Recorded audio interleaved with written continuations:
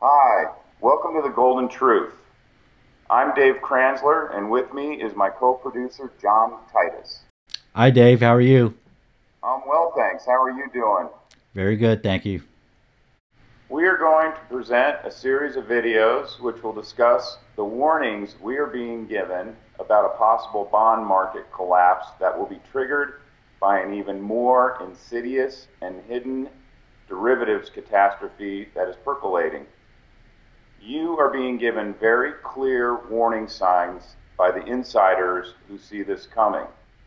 The signals are there to see by anyone who is able to shed all sense of hope about the future.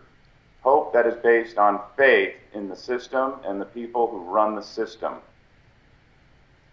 You have to be able to look at the facts and use your ability to understand the facts and pull back that curtain of denial about what this could mean for the future of our system, for our way of life in the United States. In short, look at the facts and accept them. We're going to present a short series of videos that will show you the signals being given and the facts surrounding those signals. In this first part, John is going to present the facts about how large and lethal the derivatives mess has become. Here in the U.S., derivatives are monitored by the Office of the Comptroller of the Currency, which is the main regulator of the banks. The OCC's latest quarterly report notes that the vast bulk of derivatives are interest rate swaps, which are the dominant source of risk to the banks. Page 3 of the report talks about some differences between a regular loan and a derivatives transaction in terms of risk. With a loan, the risk of default rests on the bank, not on the borrower. Credit risk is unilateral. As soon as the borrower gets his loan, risk of default runs to the bank, not to the borrower. In a derivatives transaction, as opposed to a loan, risk cuts both ways. It's bilateral. In a derivatives deal, the bank doesn't deal with the borrower. It deals with another financial institution in a two-way money arrangement. Two banks might look at a particular interest rate and bet on whether the rate will go up or down. This is called an interest rate swap. Like any bet, the risk of default cuts in both directions. Of course, one of the banks is free to find a third bank and make a separate bet on the direction of another interest rate. The risk of default on that second bet naturally cuts in both directions as well. When you look at the whole system of derivatives, the entire chain of risk is evident.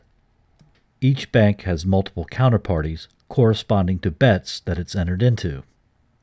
In reality, the derivatives market is one huge casino where the banks are gamblers that have made bets with other gamblers.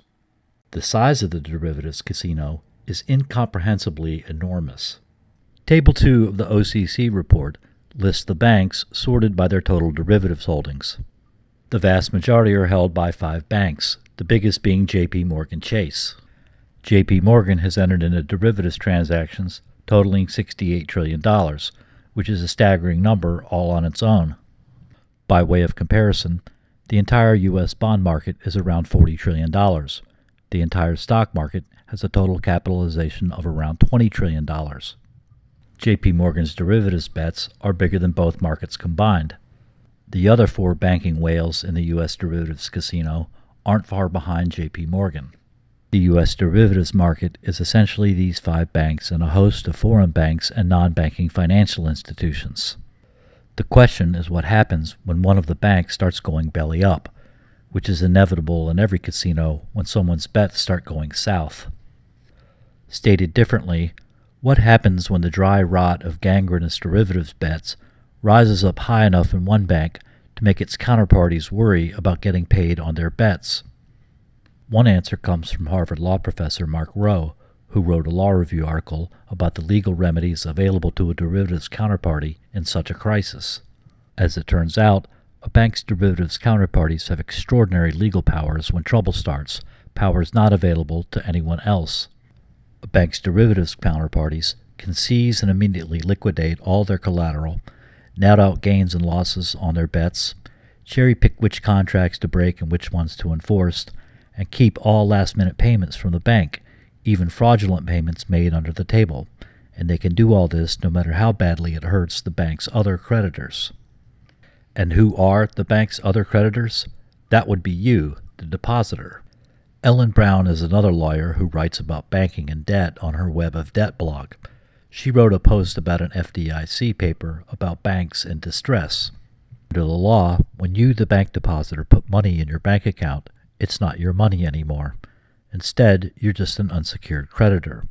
Legally, you have no recourse against a legally favored derivatives gambler as they help themselves to your bank account when one of their casinos goes bust. That should give you an idea of how massive the derivatives problem has become and how the banks have legal protections from this. Next week, we're going to show you how the derivatives problem connects with the bond market and why the insiders are worried about a potential collapse of the bond market. And the information that I have on this is coming from very good sources on Wall Street that are connected. So until next week, that is the golden truth.